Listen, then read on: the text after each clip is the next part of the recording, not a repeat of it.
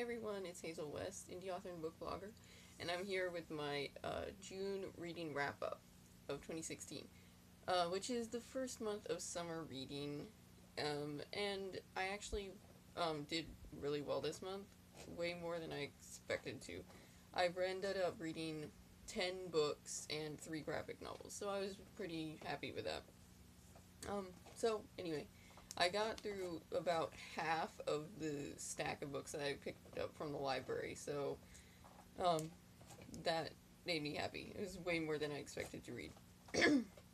So the first one I picked up because I needed a quick read was Tuesdays at the Castle by Jessica Day George. I've been wanting to read for a long time this series, and I really, really loved it. I think I gave it 4 out of 5 stars. I thought it was just really, really cute story.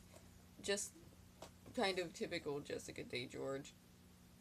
I always enjoy her stories because they can be kind of simple, but at the same time, like, you really, really love them because of the characters and the way they're just kind of like, they're just almost, I don't know, they're just engaging in ways that you don't always expect. But I thought this was a really cute little fantasy middle grade book. Um, it kind of, in ways, it reminded me of like Diana Wynne Jones. Though not quite as quirky, but it was still really cute. And I really liked the concept of the castle and everything, so I really enjoyed that one. It was a good one to start the month off with. The next one I picked up was Holding Smoke by El Cosimano. This is a new release. It just came out a couple months ago, I think. But it was a really interesting concept. So I wanted to see what it was all about. Essentially, um, the the boy in it. I'm gonna have to look at his name. His name is John, or they call him Smoke. Um, he was convicted of a crime he didn't commit. He was just kind of in the wrong place at the wrong time. And he got sent to a juvenile prison for it, or a correction center, or whatever you want to call it. But he had a near death experience, and because of that, he can kind of like leave his body. Like, he's kind of caught between the, like, being a ghost and being, like, still alive and human. So it's kind of weird, but I think it actually really worked for this story, and I thought it made kind of what would be sort of a normal young adult suspense novel even more interesting with a little bit of a paranormal flair. And I actually really ended up enjoying this one. I think I gave it 4 out of 5 stars. Um, there was, it wasn't like one of my favorite. Um, like, it wasn't. The thing was, um, it wasn't the best young adult like suspense or anything. It wasn't the best one I've read like this, and it is still pretty much like contemporary, just with a little flair of the paranormal because of what he can do. And his friend is a psychic, and she can see ghosts.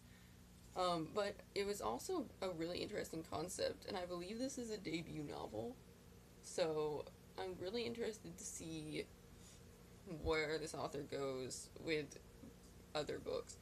And I actually really liked the girl in this too, even though I wasn't sure I was going to.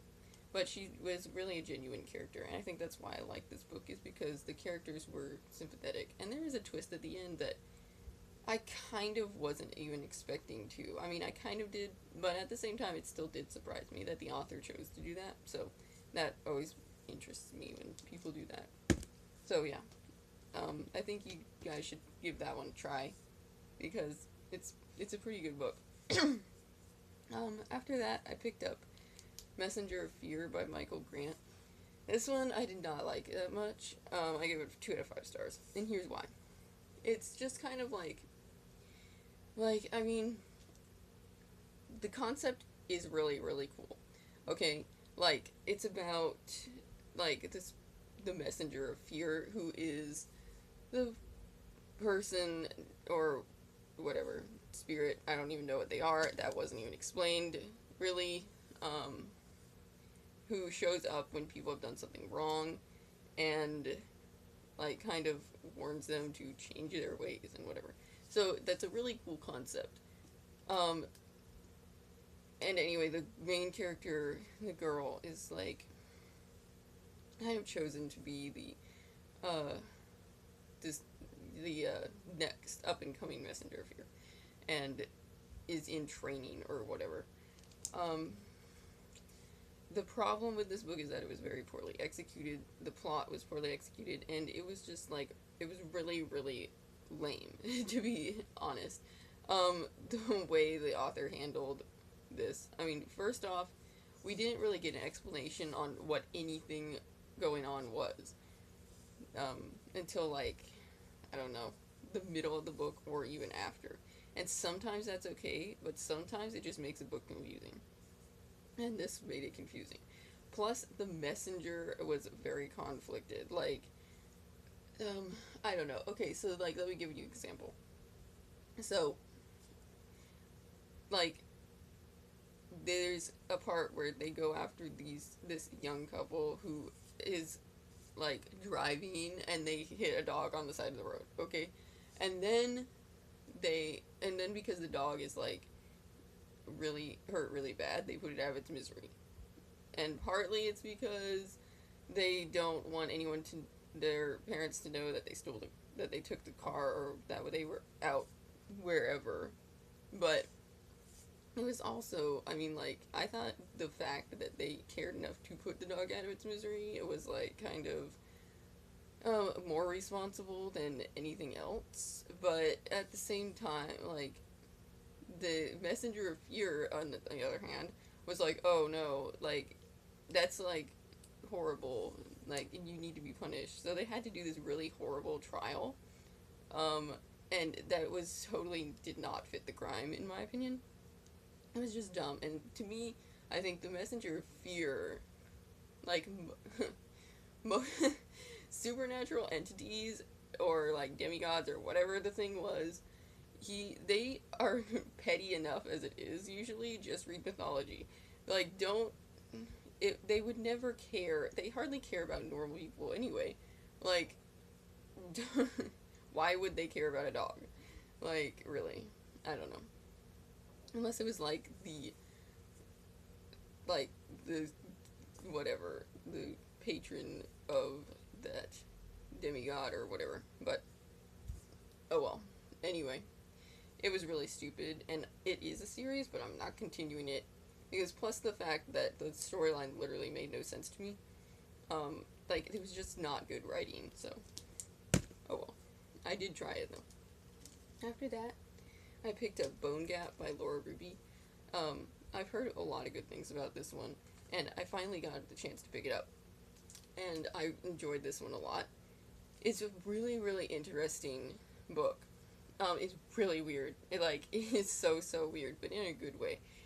It's kind of, in a lot of ways, it is, I think, what could be classed as magical realism. And, in a way, it reminds me of how Maggie Stiefvater does it, but it's not quite as, in-your-face magic. But also, it was kind of really creepy because of that, in places. Essentially, I don't know if I should say this, so I'll give this as a spoiler alert, and if you don't want to hear it, just cover your ears. It is a retelling of the Hades and Persephone story, or at least I think it was supposed to be, because it's very similar to that. I thought that was really interesting. The way the author goes about it is really cool. And I don't know, there was just so much about this book. It's almost what do you take to be real and what do you take not to be? But I really enjoyed it. I really liked the characters, all of them. I think especially I really liked Rosa. I thought she was a really good character.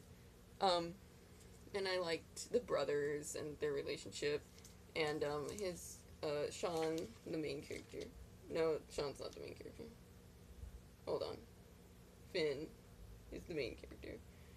And I can't remember his girlfriend's name. It's been almost a month since I read this book, so but I liked her a lot, the B girl. So yeah, if you haven't picked this book up, um, it's worth it. Like especially if you like the Raven Boys and all that, because I think you'd really appreciate this book. So yeah, I gave it 4 out of 5 stars, and I thought it was really good.